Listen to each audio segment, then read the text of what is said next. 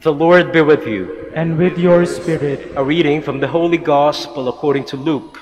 Glory to you, O Lord. That very day, the first day of the week, two of Jesus' disciples were going to a village 7 miles from Jerusalem called Emmaus, and they were conversing about all the things that had occurred. And it happened that while they were conversing and debating, Jesus himself drew near and walked with them, but their eyes were prevented from recognizing him. He asked them, "What are you discussing as you walk along?" They stopped, looking downcast. One of them, named Cleopas, said to him in reply, "Are you the only visitor to Jerusalem who does not know of the things that have taken place there in these days?" And he replied to them, "What sort of things?" They said to him, "The things that happened to Jesus the Nazarene, who was a prophet, mighty in deed and word, before God and all the people. How our chief priests and rulers both handed him over to a sentence of death and crucified him. But we were hoping that he would be the one to redeem Israel. And besides all this, it is now the third day since this took place. Some women from our group, however, have astounded us. They were at the tomb early in the morning and did not find his body. They came back and reported that they had indeed seen a vision of angels who announced that he was alive. Then some of those with us went to the tomb and found things just as the women had described, but they did not see." And he said to them, "Oh, how foolish you are! How slow of heart to believe all that the prophets spoke! Was it not necessary that the Christ should suffer these things and enter into his glory?" Then, beginning with Moses and all the prophets, he interpreted to them what referred to him in all the scriptures. As they approached the village to which they were going, he gave the impression that he was going on farther.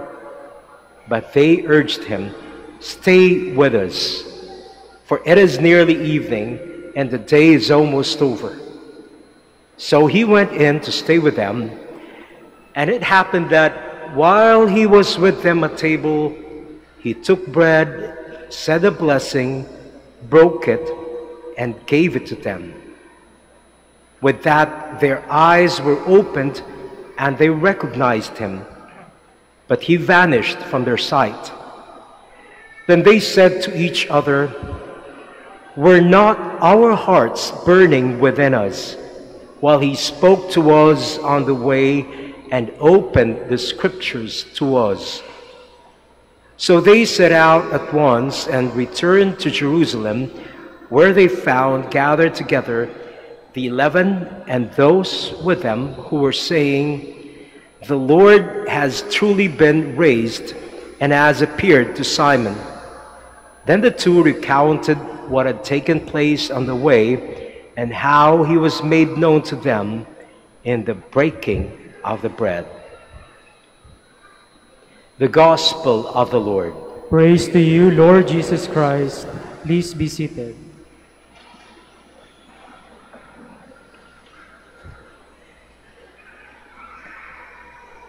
Patuloy tayong nakakarinig ng mga kwento tungkol sa pagpapakita ng ating Panginoon sa kanyang mga alagad matapos na siya ay mabuhay na maguli. And we find something common about the events. Hindi agad nakikilala ng mga disipulo si Jesus. Here in our gospel, we are presented with the story about the journey to Jerusalem, at the journey to Emmaus. At yung Emmaus, Isang lugar ito na hindi na natin ma-identify in our present day. Halimbawa, kung kayo ay pupunta ng Jerusalem, makakapunta kayo sa mga ibang important places in scriptures. Halimbawa, the place of the nativity, kung saan pinanganak si Jesus, pwede kayo pumunta doon, pwede nyong halikan, or di kaya yung the garden, kung saan nagdasal yung ating Panginoong Jesus, the Gethsemane, before He suffered. Pwede kayong pumunta roon. At marami pang iba. Pero yung Emmaus, hindi na natin malulocate ngayon. It has been lost throughout history. However, kahit hindi na natin siya matatagpuan, it remains to be an important place for us. Dahil dito sa lugar na ito, dito sa kwento, yung dalawang disipulo, ito yung pupuntahan nila. Emmaus, according to the gospel, is a place 7 miles away from Jerusalem. So, yung dalawang disipulo, they were walking away from Jerusalem, going to Emmaus. At bakit sila papalayo sa Jerusalem? Normally, the normal route of people would be to go to Jerusalem. Dahil doon sa Jerusalem, nandun yung templo, that is where they meet God, that is where they find salvation. Pero ngayon, yung dalawang disipulo, they were walking away from Jerusalem. Papalayo sila sa Jerusalem na tila ba may tinatakasan sila. And if we know their story, we would understand na tila nga may tinatakasan sila. Dahil sa Jerusalem, doon nila naranasan yung parang mabigo, doon nila naranasan yung ma-frustrate. Bakit? They had high hopes on Jesus Christ. Sabi nila ay, we had high hopes in Him. We thought that He would be the Messiah, the great prophet. Pero, bakit nagkaganon? Bakit pinatay siya? At ngayon, di namin alam kung nasan siya. Maraming kwento, sabi, nawawala yung katawan niya doon sa pinaglibingan niya. Nabuhay daw siya, hindi namin malaman. So we could understand what was going on in the minds of the disciple. Magulo. It was too much to take. In a short span of time, many things happened and perhaps hindi pa nagsisink in sa kanila. Kaya magulo, hindi pa nila naiintindihan. Kaya maybe for them, the best thing to do is to get away from it all. To get away from Jerusalem. Magpakalayo-layo. Di ba minsan ganyan din nararamdaman natin? Kapag nag-uumapaw yung mga problema sa ating buhay and stress seems too much to take, what do? We walk away. Nagpapakalayo-layo tayo. Dahil hindi pa natin maintindihan ang gulo-gulo ng isip natin. At siguro kung pakiramdam natin, kapag magtatagal pa tayo dun sa lugar na yan, baka sumabog na tayo. Kaya siguro at the time, the best thing to do is to walk away, magpakalayo-layo, to take a breather. And that was what the disciples were doing. At sa gitna ng kaguluhan ng isip nila, sa gitna ng bigat na nararamdaman nila, the wonderful thing that happened to them was that God took the initiative. Jesus took the initiative to be with them. Siguro yung mga disipulo ko sa naisip nila, namatay yung ating tinitingalang pinuno. We hope that He would be the Messiah. Parang iniwan na tayo ng Diyos. Let's go away. Magpakalayo-layo na tayo. But even if they decided to walk away, God took the initiative to stay with them, to walk with them, to accompany them.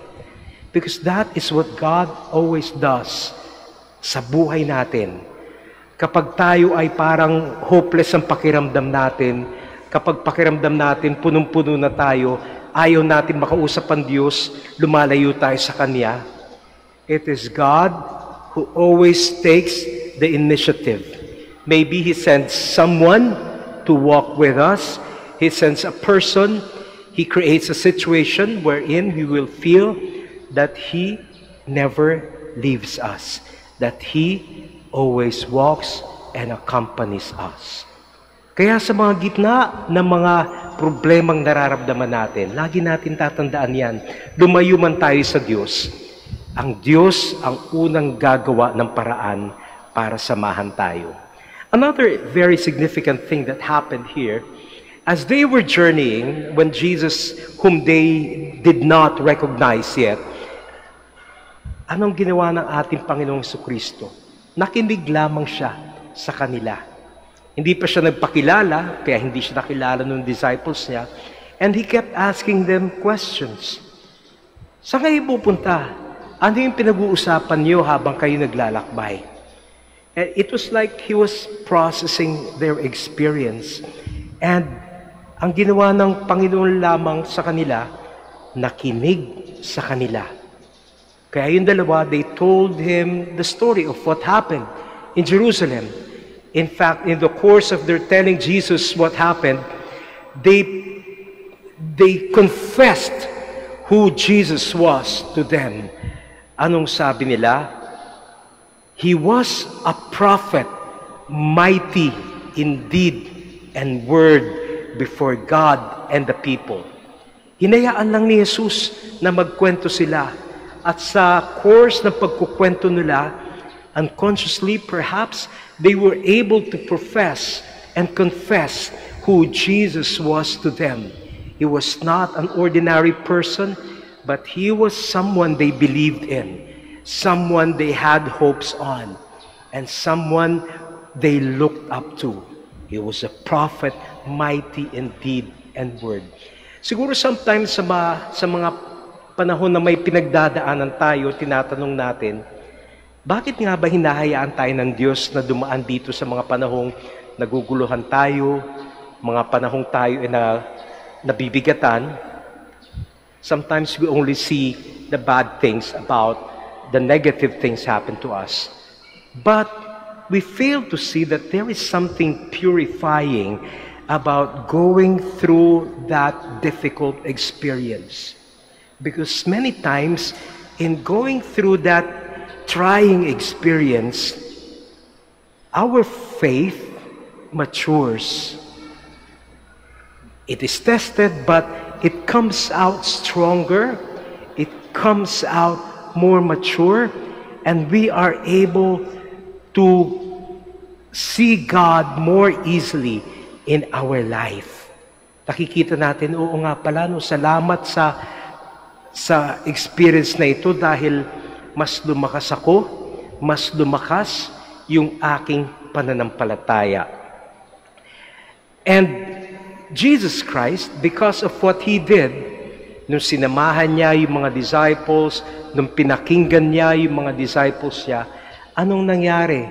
After that, the disciples invited Him, and there, when Jesus stayed longer with them, doon na nila na-realize, si Jesus pala ito, that He was there all along with them. So sometimes we just need to be patient kapag tayo ay dumadaan sa mga pagsubok sa ating buhay. And we need to spend more time with Jesus Christ in listening to scriptures, in going to Mass. Dahil the more na lumapit tayo sa Diyos, the more na marirealize natin na kailanman ang Diyos hindi tayo iniiwan. And what became of the disciples after that one? They had the courage to go back to Jerusalem. Kung saan sila nadapa, kung saan sila nabigo, nagkaroon sila ng lakas na harapin muli iyon dahil gusto nilang ipahayag sa mga kasama nila sa Jerusalem na nakita namin si Jesus, buhay na buhay. Totoo nga na siya ay nabuhay na maguli. And we realize that the journey to Emmaus, the story of the disciples, is our spiritual journey as well. Na kung tayo man ay nakaranas ng pagkabigo, kung tayo lamang ay bubuksan natin yung mga mata, makikita natin at marirealize natin, all the while that we were going through this difficult time, Jesus, the resurrected Christ, has always been with us, and He never left us.